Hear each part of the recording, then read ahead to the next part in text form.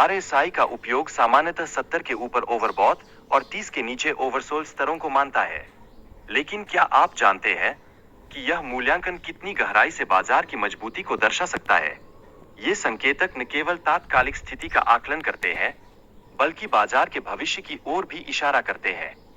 इसके अलावा आरएसआई का उपयोग केवल ट्रेंड दिखाने के लिए नहीं किया जाता, बल्कि यह सुरक्षा की मूल्य भविष्यवाणी में भी सहायक होता है। अब सवाल यह उठता है, क्या आप इसे अपनी ट्रेडिंग रणनीतियों में प्रभावी ढंग से शामिल कर सकते हैं? इसे बढ़ने या गिरने की प्रवृत्ति को समझने के लिए अनुभव से प्रयोग किया जाता है। शॉर्ट टर्म ट्रेडर्स के बीच आरएसआई की लोकप्रियता इस बात की पुष्टि करती है कि यह उन्हें बाजार की तात्कालिक स्थिति का आकलन करने में मदद करता है। ऐसे में, क्या आप सोच सकते हैं कि यह एक महत्वपूर्ण संकेतक क्यों माना जाता है? यह उन निवेश निर्णयों में सहायक होता है जो आपके वित्तीय भविष्य को आकार दे सकते हैं। बाजार के प्रकार में दो प्रमुख श्रेणियां होती है, बुलिश और बियरिश। लेकिन क्या ये श्रेणियां आरएसआई के व्यवहार को प्रभावित करती है?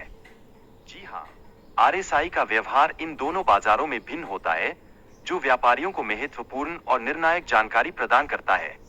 जब बाजार बुलिश होता है, तो 70 का स्तर वास्तव में ओवरबॉट नहीं होता। वहीं बेरिश बाजार में 30 का स्तर ओवरसोल्ड नहीं होता। इसके बजाय यह ओवरबॉट का संकेत दे सकता है। क्या आप इस अद्भुत बारीकी को समझते हैं? यह जानकारी आपकी ट्रेडिंग को और भी प्रभावी बना सकती है। आरएसआई का सही सेटअप निर्धारित करने के लिए व्यापार का टाइम फ्रेम अत्यंत महत्वपूर्ण है। यहाँ पर एक सवाल उठता है, क्या आप जानते हैं कि आप शॉर्ट टर्म, इंट्राडे या लॉन्ग टर्म ट्रेड कर रहे हैं? यह पहचानना आपके ट्रेडिंग निर्णयों पर बड़ा असर डाल सकता है। इंट्राडे ट्रेडर्स के लिए आरएसआई सेटअप एक महत्वपूर्ण घटक है, जिसे सही तरीके से सेटअप किया जाना आवश्यक है। क्या आपने कभी सोचा है कि यह ट्रेडिंग के दौरान सही निर्णय लेने में कैसे मदद करता है? सही सेटअप का मतलब है कि आप बाजार की सूक्ष्मताएं समझ सकते हैं। ट्रेडिंग के प्रकारों के अनुसार समय सीमा का चयन करना न केवल महत्वपूर्ण है, बल्कि यह एक गंभीर विचार भी है। क्या आपने अपने आप से पूछा है कि आप एक पोजिशनल, स्विंग या डे ट्रेडर हैं? आपकी पहचान आपके ट्रेडिंग परिणामों को प्रभावित कर सकती है। जब आप मासिक समय सीमा पर ट्रेडिंग करने का निर्णय लेते हैं, तो आरएसआई सेटअप को 30 और 75 पर सेट करना चाहिए। यह आपको ओवरसोल्ड और ओवरबॉट स्थिति को समझने में मदद करेगा। लेकिन क्या यह केवल एक नियम है या इसके पीछे कोई और कारण है? जब आरएसआई 75 से नीचे होता है, तब आपको स्थिति को शॉर्ट करना चाहिए और फिर 35 के आसपास फिर से खरीदने का विचार करना चाहिए। लेकिन क्या आप जानते हैं, इस प्रक्रिया में और क्या छिपा है? यह एक रणनीति है जो आपको बाजार के उतार चढ़ाव का लाभ उठाने में मदद कर सकती है। बुलिश डाइवर्जेंस की पहचान करना बहुत महत्वपूर्ण है। क्या आप जानते हैं, जब कीमत नया उच्च स्तर बनाती है, लेकिन आरएसआई नया उच्च नहीं बनाता, तो यह एक संभावित तेजी का संकेत होता है। यह वह क्षण है जब आपको अपने निर्णय को गंभीरता से लेना चाहिए।